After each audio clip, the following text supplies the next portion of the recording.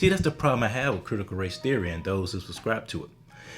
They subscribe to the ideology that because of systematic oppression, because of the fact that black people and brown people have been oppressed in the past, they cannot achieve. So we gotta dumb down the standards for them. I reject that. I reject that. That's pity and empathy. And we don't need your pity, we don't need your empathy. What we need is you get out of our way so that we can achieve on our own.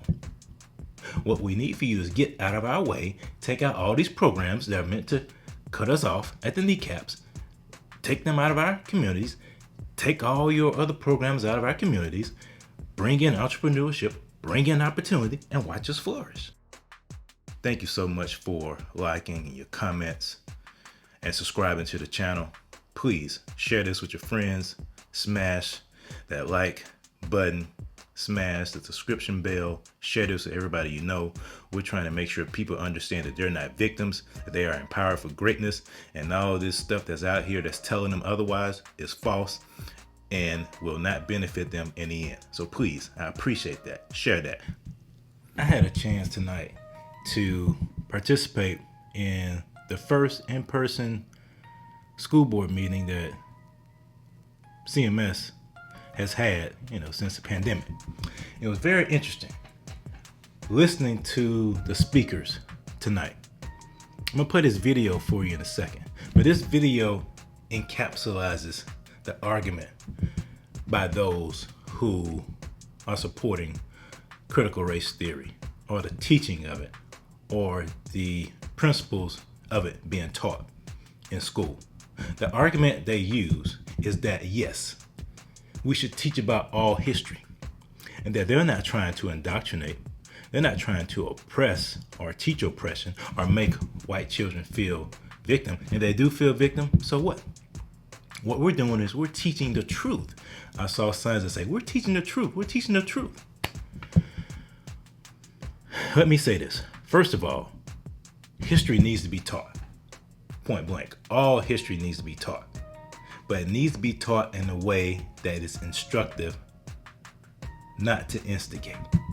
The way they're approaching it, using Dr. Ibrahim, using other books and other so-called anti-racist thought leaders, and how they're teaching this, is not to encourage and foster unity or foster togetherness or foster education, period. What happened to ensuring that black children achieved? Whatever happened to that? What happened to ensuring? Help me understand. I know, look, I can tell you about the Middle Passage. I can tell you about people that did things besides the main people that are mentioned during the short Black History Month, such as George Washington Carver. I can talk about Benjamin Banneker. I can talk about a lot of different people, but I digress. That history needs to be taught. But you know where it needs to start? It needs to start in the homes of black families. We need to teach that history, but teach it in a way that does not supersede our faith in Jesus Christ, but teach that history to our children. The school is a place for our children to learn and grow. Our children need to learn and grow. What does it help them to learn their history but yet stay in bondage? What does it help them? Don't dumb down the standards for them. We do not need the standards dumbed down for our children to achieve. That's what we need. And that's what we're calling for. Yes, the history needs to be taught in our classroom, but it needs to be taught in a way that is beneficial to everybody. So listen to this video. Answer the first question. How about the others? Did you feel shame?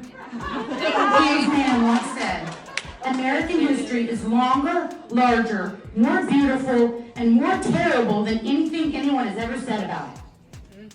So you hear in that video how the woman talks about, do you feel shame?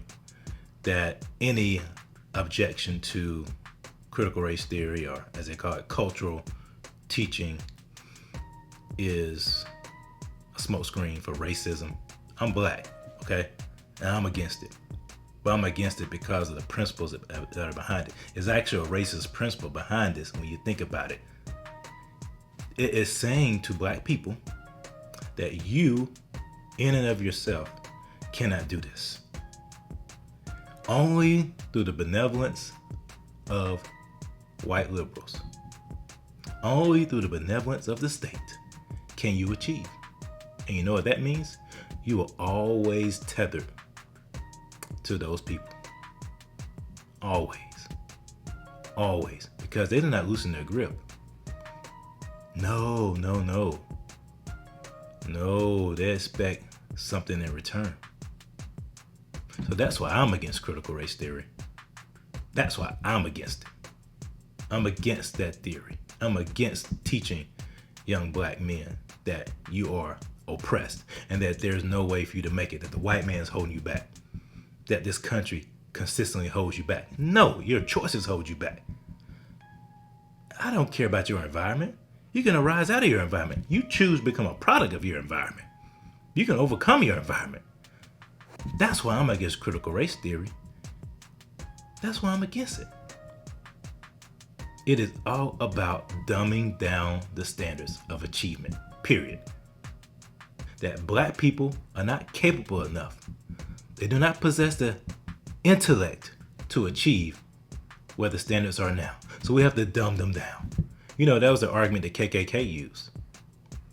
And that's the argument they've used against black people for generations, that we were dumb and stupid, that we're not smart. But why are we subscribing to these type of ideologies that promote that? So going to the school board meeting was interesting. It was interesting to hear the different viewpoints. I hope the school board makes a decision that is beneficial to their students, and they do not acquiesce to a small minority who's vocal when it comes to this critical race theory or the race and theory and power class that they took. Because we're not victims. We are empowered for greatness.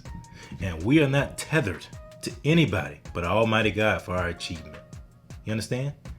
We are only tethered to Almighty God for our achievement.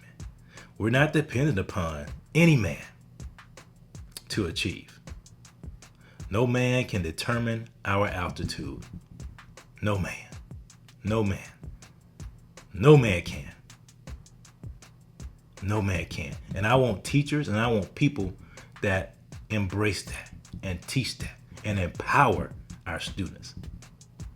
I want our students to feel empowered, not oppressed when they leave the classroom.